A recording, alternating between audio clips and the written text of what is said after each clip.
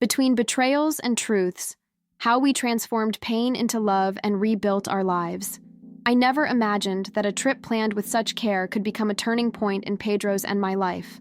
My name is Julia, and today we woke up early, full of anticipation, excited to take her parents, Tomas and Alana, to a moment of leisure and togetherness. Everything seemed perfect. Tickets purchased, itinerary planned, hotel booked. I saw this trip as an opportunity to celebrate family, laugh, share memories, and strengthen bonds. I felt confident and happy, certain it would be a memorable experience. However, upon arriving at the airport, life revealed its most unexpected side. Tomas and Alana were not alone. Behind them, Gina, Pedro's ex-wife, and their 2 children appeared with smiles that masked their tension. My heart sank. A whirlwind of emotions invaded my body. Disbelief, anger, sadness, and a sense of profound betrayal. Pedro stood frozen, unresponsive, while I tried to comprehend the inexplicable. The trip that was supposed to be a symbol of unity became the beginning of a confrontation with old wounds and painful truths. I realized that protecting those we love requires difficult choices. Pushing away those who hurt us can be a greater act of courage than remaining silent. The initial shock was followed by a necessary decision. I decided to cancel his parents' participation in the trip, not out of pride, but to preserve our peace. Pedro understood, though shaken. We set off alone, carrying the weight of dashed expectations. Every landscape, every moment should have brought joy, but it was accompanied by bitter memories of what we left behind. I learned that some difficult decisions are acts of love. Protecting our relationship is more important than pleasing those who hurt us. The trip continued, but the joy was tainted. The shared experiences were mixed with a sense of loss and the realization that not every blood tie guarantees affection. Every gesture, every smile seemed burdened with tension. I felt the need to find a balance between maintaining serenity and facing the painful reality that lay before us. Upon our return, we were confronted with another devastating truth. Pedro's parents, in his moments of greatest need, abandoned him, remaining by Gina's side. The feeling of betrayal was indescribable. For years, Pedro had blindly trusted a family that proved absent when he needed them most. My heart broke watching him deal with this disappointment. Experience taught me that those who raised us or lovingly surrounded us aren't always there for us when we need them most. Sometimes, we need to rebuild our lives and establish clear boundaries to preserve what truly matters. I learned that healthy distancing is an act of emotional survival, a way to protect those we love. Every decision made since that day brought us closer, strengthened our bond, and taught us the importance of being protagonists of our own happiness. Even with the physical distance from his parents, the pain persisted. Memories of abandonment and betrayal surfaced at the most unexpected moments, bringing feelings of anger, sadness, and frustration. Pedro, who had always sought family support, now faced a feeling of emptiness and helplessness. I accompanied him, trying to offer strength, understanding, and presence. I learned that true overcoming involves not only pushing away those who harm us, but also dealing with the emotional pain that remains. After the decision, every conversation, every gesture of support was essential to rebuilding trust and balance in our lives. It was a daily learning experience, an exercise in patience and resilience, but one that proved necessary for us to move forward together and stronger. And then came the most unexpected news. Tomas revealed years later that Pedro was not his biological son. The revelation fell like a silent bomb, further shaking our trust and our emotional foundations. Pedro was stunned, trying to understand how everything he believed to be true could be so profoundly questioned. I felt the mixture of disbelief, anger, and sadness accompanying his every emotion. The news forced us to confront not only past abandonment, but also the complexity of family relationships, the difference between blood ties and genuine affection. In that moment, I realized that our struggle would not only be about dealing with external wounds, but about finding the inner strength to protect our union, our peace, and the future we wanted to build together. In the years that followed, life seemed like a tightrope between anger and acceptance. Pedro carried deep scars, and I felt each one with him. The physical separation from his parents wasn't enough. The emotional impact was still present in every daily situation. Every phone call, every family gathering, or unexpected memory stirred intense and contradictory feelings.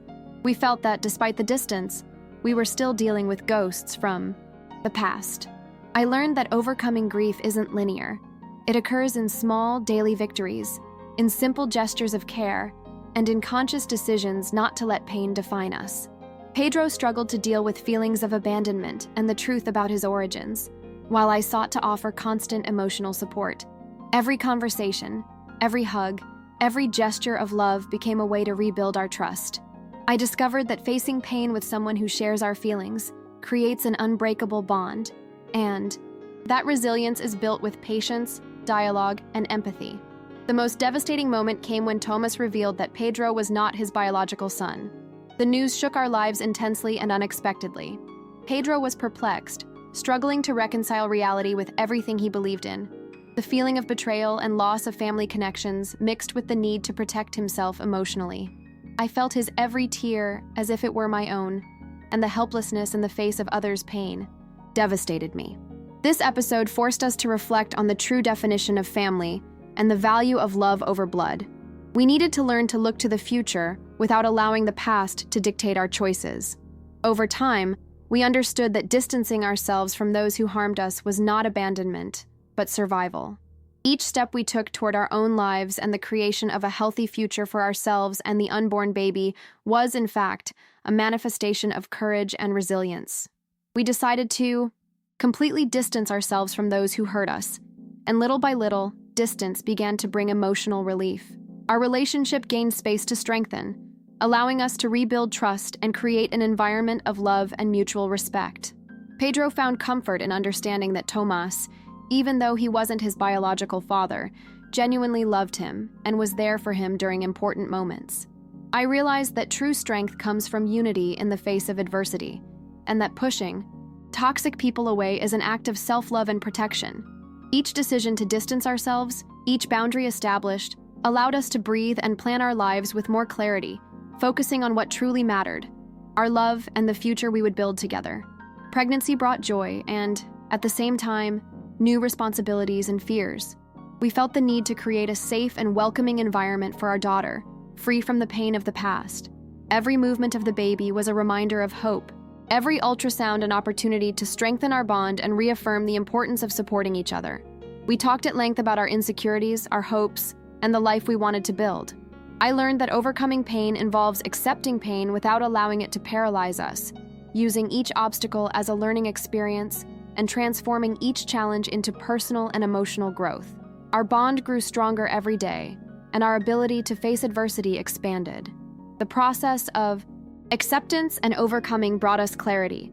The past shouldn't determine our future, and family is much more than blood ties. We learned to value those who truly care, to create clear boundaries, and to protect our emotional space. Every gesture of care, every shared hug, every conscious decision to focus on what strengthens us brought us closer to peace. The arrival of our daughter was now the symbol of a new beginning, of a life built with love, dedication, and awareness. For the first time, in a long time, I felt we were truly on the path to overcoming an emotional renewal. Even with the distance from those who hurt us, the echoes of the past still haunted us. Every social situation, every unexpected encounter, or family birthday brought back painful memories. Pedro dealt with complex feelings: anger, sadness, guilt, and fear of repeating past patterns. I felt each of these emotions, trying to be a constant support, but also trying not to lose myself in my own anguish. Overcoming was not linear, but rather a daily process of small achievements, moments of dialogue, shared hugs, gestures of affection that reminded us of what truly mattered. I learned that strength comes when we accept pain and move forward, even when everything seems to be falling apart. Each obstacle faced became an invisible foundation that sustained our unity and reminded us that we could create a new life, free from old wounds.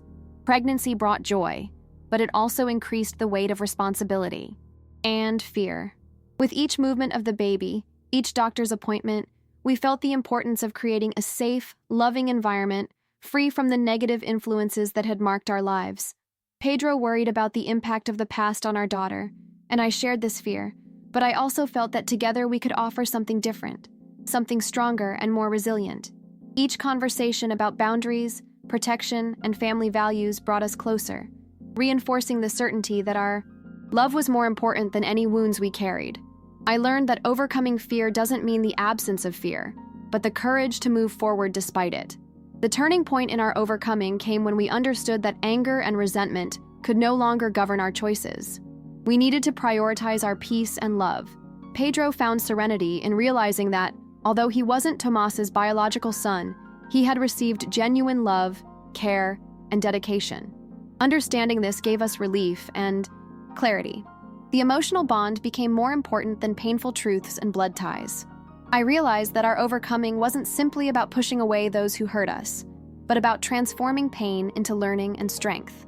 Each conscious choice to protect our emotional space became an act of freedom, and the bond between us grew stronger every day. Still, there were moments of doubt and insecurity.